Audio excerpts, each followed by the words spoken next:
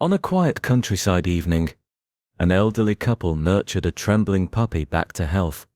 only to find themselves surprised by a lone wolf standing guard at their porch. What ancient bond could drive a once domesticated dog to risk everything for a stranger? And what will unfold when Shadow's secret is finally revealed? Under a velvet sky dotted with silver stars, the Sanders' cozy farmhouse stood like a lighthouse at the border of a vast, whispering forest, its wooden porch glowing in the gentle embrace of lantern light, while Mr. and Mrs. Sanders, their hair touched with the soft patina of age, and their hearts warmed by years of shared kindness, sat side by side on a weathered rocking chair,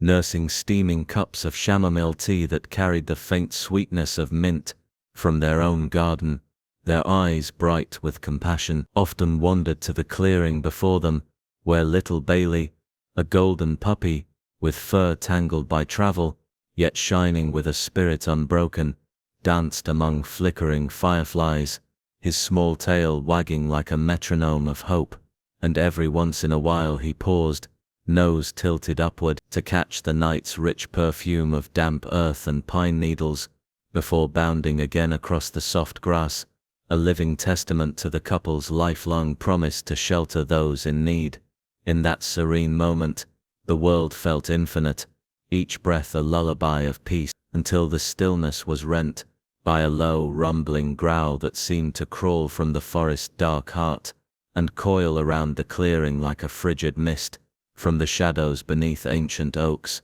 two glinting eyes emerged, and then another pair, until a hungry pack of coyotes, their ribs traced beneath coarse coats, padded forward with predatory grace, teeth curved like sharpened moonbeams, their silent approach sending a tremor through the puppy's bones, and Bailey, who had known nothing but the Sanders' gentle care and the safety of home, froze mid-leap, his little frame quivering as if caught in a nightmare made real, while Mr. Sanders, leaning too far forward in his chair, sensed the shift in the air, but heard only the stillness, and Miss Sanders, her knitting forgotten, stared into the darkness, sensing rather than seeing the imminent threat, until a sudden crack of twig beneath a heavy paw announced the arrival of an unexpected guardian. From the depths of the forest, where moonlight barely pierced the canopy, stepped a magnificent wolf, whose fur was a tapestry of charcoal and silver,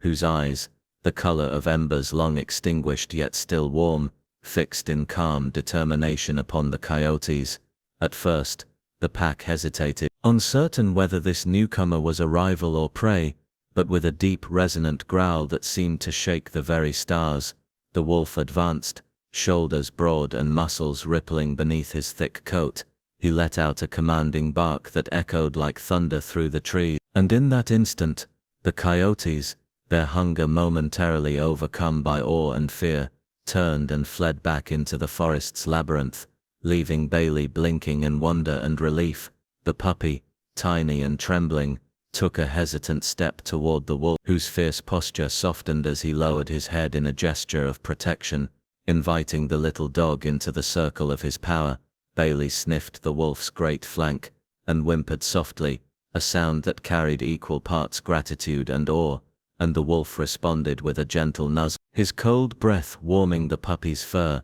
On the porch, Mr. and Mrs. Sanders rose in unison, hearts pounding, eyes wide with astonishment, as they watched this silent drama unfold under a canopy of leaves. They felt a profound stirring in their souls, a reminder that kindness often travels on unexpected paths, and that miracles sometimes wear fur and move on four legs. As the wolf's gaze swept the clearing one last time, he let out a low melodic howl that spoke of ancient bonds and timeless promise, then turned and melted back into the moonlit forest, leaving behind only the echoes of his presence, and a sense of wonder that would forever change the Sanders' quiet life. Bailey sat where he had been saved, chest rising and falling in ragged breaths, his golden fur now touched by moonlight and magic, and the couple hurried to his side, wrapping him in soft blankets, and offering tea to calm their racing hearts, each sip a testament to the night's extraordinary encounter.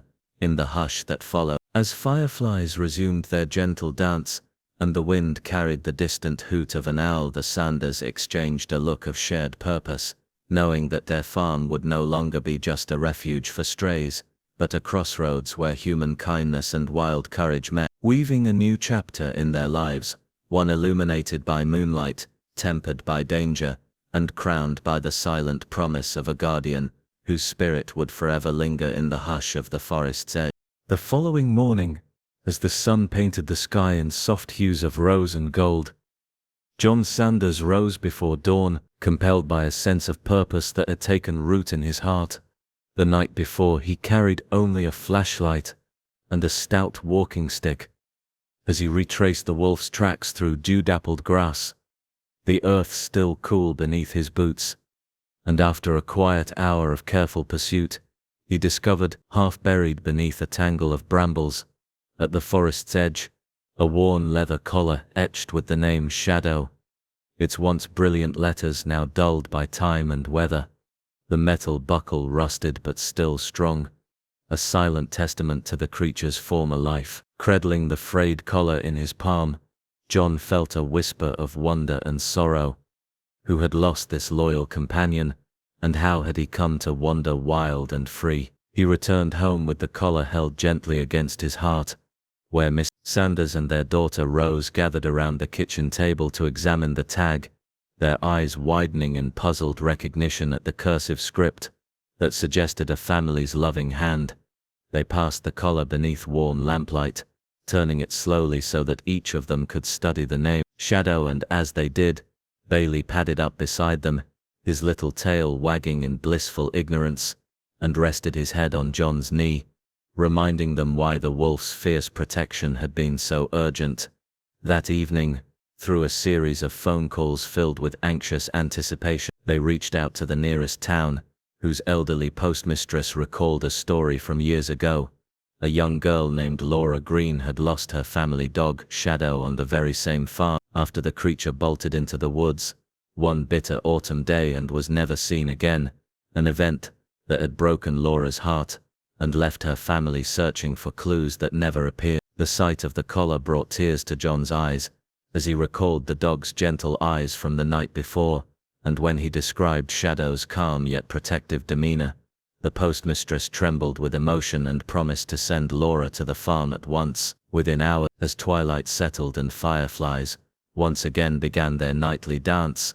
Laura arrived, her steps hesitant, and her gaze fixed on the forest's dark fringe. She approached the clearing where Bailey now slept, at the Sanders' feet, and in that moment, as if drawn by an unseen thread of memory, a massive wolf emerged from the shadows, its fur shimmering like starlight, and paused upon seeing Laura, head lowered in recognition, tail wagging slowly in a gesture of tender joy. Tears streamed down Laura's cheeks as she knelt, arms outstretched, and the wolf, still cautious, took a delicate step forward to touch her fingertips with his damp nose, sealing a reunion neither had dared to hope for. Miss Sanders watched through the window, her heart full of awe, while John gently explained how the wolf had saved Bailey from danger, how his fierce bark had driven away a pack of coyotes, and how this same creature now stood before them, a bridge between two worlds. Yet even in that moment of happiness, deeper questions stirred in their minds,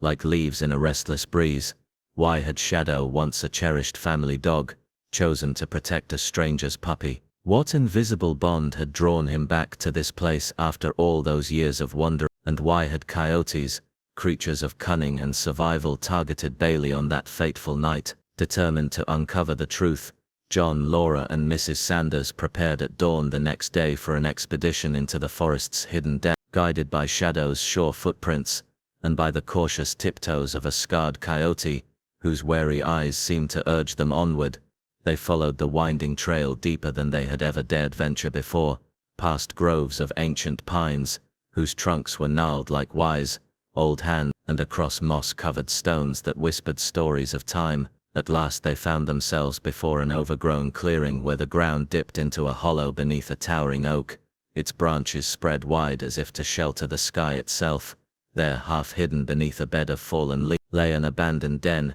its entrance formed of twisted roots, and inside they discovered a second collar, this one engraved with the name Dakota, its leather cracked and faded, as though it too had known a life of love and eventual loss. Beside the collar lay a weathered leather journal, its pages yellowed and edges frayed, embossed with the name Eleanor Reed, and as John gently opened it, a musty scent rose, carrying with it the echo of a voice from half a century ago. By lamplight they read of Eleanor's life as a naturalist devoted to studying the delicate balance of the forest, her pen describing how coyotes had long been the land's true guardian, trusted by the earth itself to protect its creatures in exchange for freedom, their howls woven into the wind as a promise to tend to the forest's needs. With each turned page the family felt the threads of their own story entwining with Eleanor's, how Shadow, once a domestic friend named Dakota, had answered the call of those ancient guardians, becoming a living symbol of the bond between human hearts and wild spirits,